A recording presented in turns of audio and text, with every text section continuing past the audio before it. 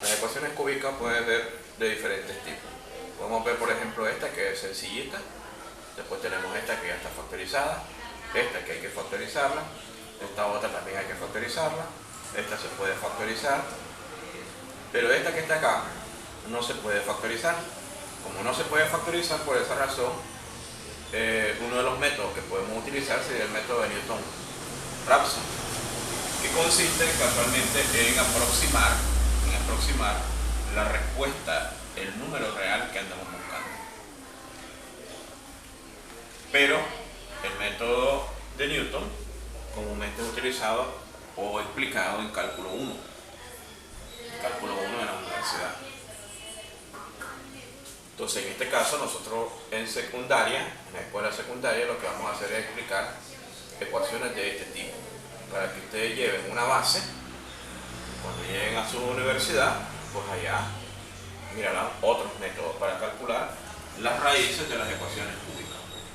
Comencemos con el primero. Tenemos, por ejemplo, acá, el primero sería 5x cubo menos 25. Podemos ver entonces de que esta ecuación tiene una única variable. Y como toda ecuación que tiene una única variable, lo que se hace nada más es despejarla. Entonces usted viene y la despeja. Él está restando, pasa a sumar. Acá el 5 está multiplicando, pasa a dividir. Se simplifica. Quinta 1, quinta 5. Entonces me queda que x al cubo sería 5. Pero nosotros estamos interesados en saber cuánto vale la variable x, no cuánto vale la variable x al cubo. Entonces, para calcular la variable x, tenemos que eliminar este cubo. Y la manera más fácil de eliminar un exponente es sacándole la raíz a ese exponente. Entonces le sacamos la raíz cúbica a ambos lados, porque es una ecuación. Acá se elimina. Y entonces me queda que x va a ser igual a la raíz cúbica de 5. Entonces, siempre que tengamos una ecuación, sea lineal, sea cuadrática, sea cúbica, sea de cualquier exponente, siempre que tengamos una ecuación y que esa ecuación solo tenga una única variable, la forma más sencilla es simplemente despejándola.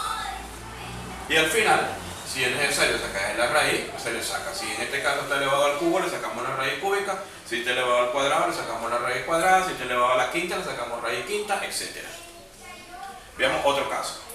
A veces las ecuaciones, ya de segundo grado, de tercer grado, como en el caso de las ecuaciones cúbicas, a veces ya te la dan factorizada. Si ya te lo dan factorizado, pues solamente queda que cada uno de los factores igualarlos a 0 para encontrar lo que en otro momento se le ha llamado números críticos, o también que se le ha llamado ceros de función cuando hemos hablado de las funciones. Entonces, igualando cada factor a 0, me quedan pequeñas ecuaciones lineales. Aquí no hay nada que hacer, esta sería mi primera solución, va a valer 0. Acá sería despejar. Él está restando, pasa a sumar, resuelvo y entonces me va a dar 2. Y esta segunda es mi segunda solución. Una tercera solución podría ser tener x igual a 0 menos 1 y x va a ser igual a negativo 1.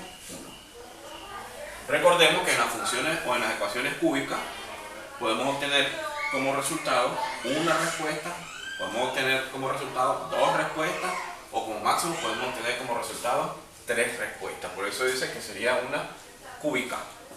Si fuese una cuadrática, podemos obtener como resultado 2 respuestas, como máximo. Entonces, a veces, repito, sencillita, solo hay que despejarla.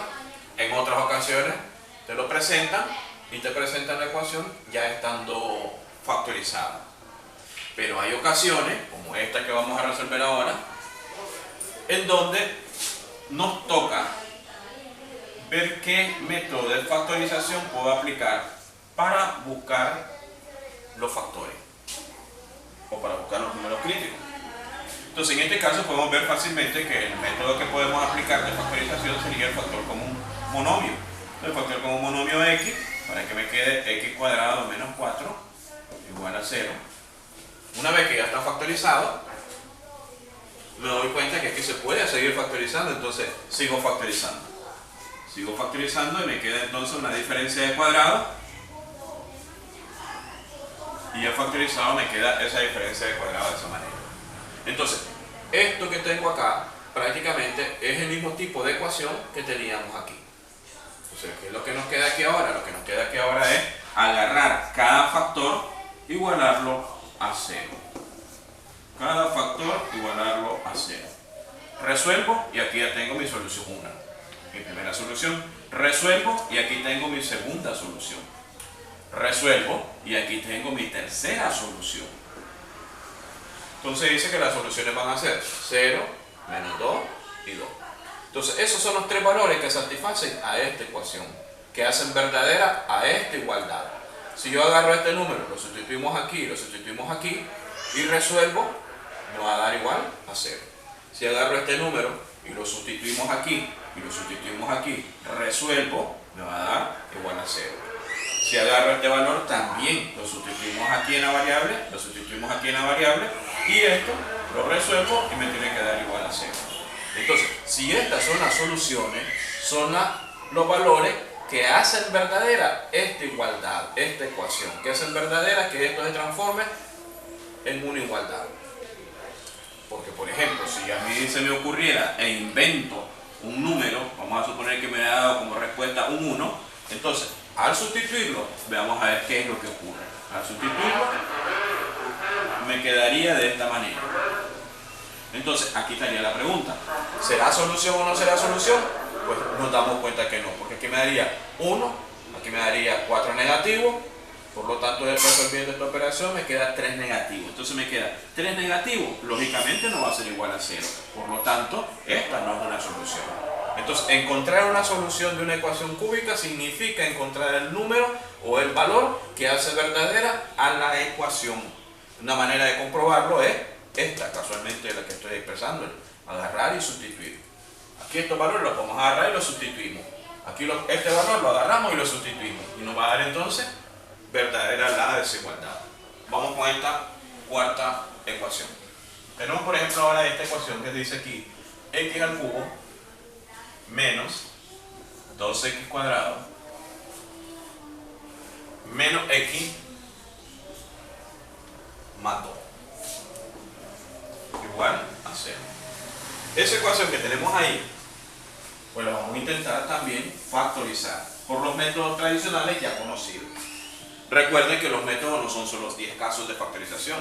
Los casos de factorización, el último que logramos visualizar o ver, evaluar o factorizar a través del método de evaluación.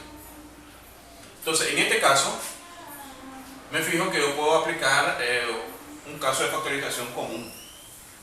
¿Cuál sería el caso de factorización común? El caso de un común sería el que se llama factor común por agrupación. Entonces yo puedo venir acá, agrupo estos dos primeros términos, el signo menos, agrupo los términos que siguen, fijándome que el signo negativo afuera del paréntesis afecta a lo que está dentro. Por eso es que el de adentro prácticamente se dice que cambió de signo. Vengo aquí ahora en este paréntesis y le saco factor común. Factor común sería x cuadrado, para que me quede x menos 2. Acá no tengo ningún factor común, entonces me queda igual. Ahora me doy cuenta que aquí tengo un término y acá tengo otro término. Entonces en esos dos términos, ¿quién se repite? El factor común polinomio.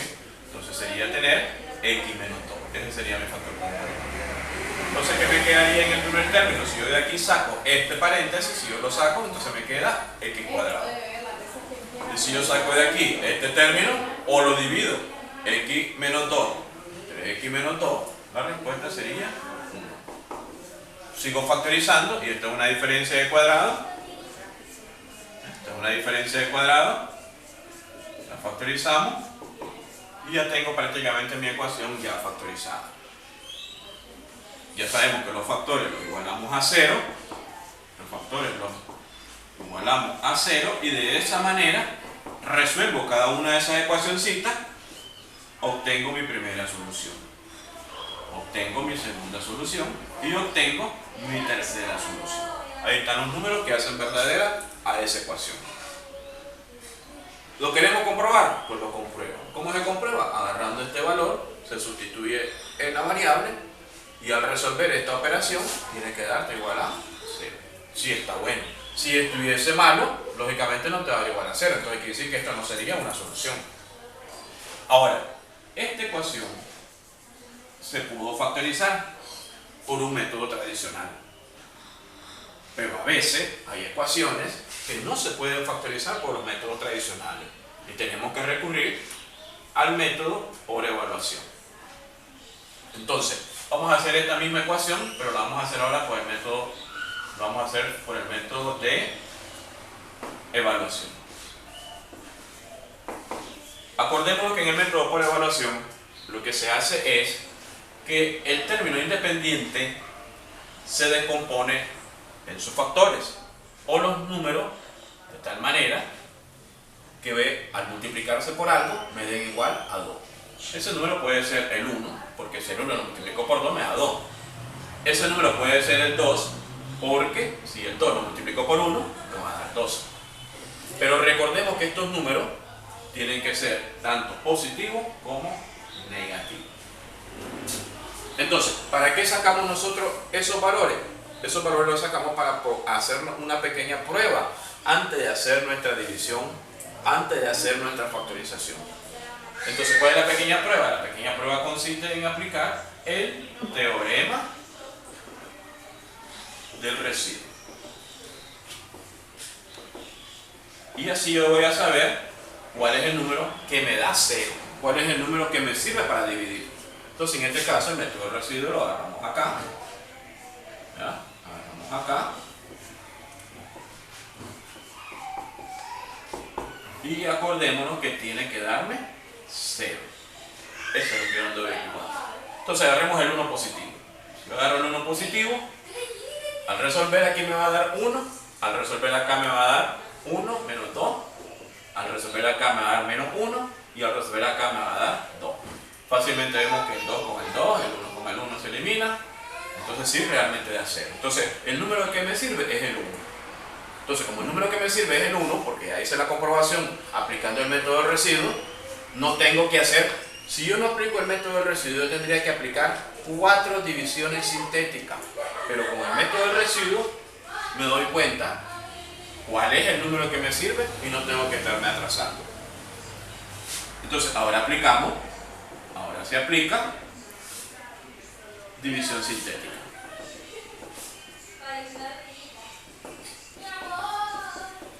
Aplicando división sintética tendríamos entonces nosotros que agarrar, acuérdense que para aplicar división sintética tiene que estar esto ya ordenado y tiene que estar, además de eso ordenado, tiene que estar completo. Y se sacan los términos que están ahí, que le podemos llamar nosotros los coeficientes, y en este caso el término independiente. Entonces sería tener acá esto, sería acá esto. Lógicamente esto lo vamos a dividir por el número que nos sirvió. El número que sirvió fue el 1 positivo. Bajo esto, multiplico, me da 1 positivo, resuelvo aquí, o sea que reducimos términos, y esto me daría negativo 1. Negativo 1 lo multiplico, y esto me daría también negativo 1. Resuelvo para que me dé negativo 2. Negativo 2 lo multiplico, resuelvo y me da 0. Entonces, realmente la división sintética me da 0, realmente sí me sirve el número. Entonces, ese es el objetivo del teorema del residuo: ganar tiempo. Una vez que ya está eso, entonces, a partir de aquí, nos acordamos de que decimos x igual a más 1. Entonces, lo paso al otro lado, y ese es mi primer factor. Entonces, mi primer factor sería x menos 1. Luego aquí sería una x, y al exponente que voy a colocar aquí va a ser el resultado de que aquí el exponente más alto le resto 1. No 1 porque es esto, no, es 1 porque siempre se le va a restar 1. Entonces, si fuera por ejemplo 5, le resto 1 sería 4. Si fuera 7, le resto 1 sería 6. En este caso, que es un 3, le resto 1, me va a dar 2. la descendente menos una x menos 2 igual a 0. Igual a 0 porque la ecuación, eso es lo que me está el requerimiento de la ecuación. Termino de factorizar esto ya por los métodos tradicionales, un trinomio. ¿Ya? Entonces, por los métodos tradicionales,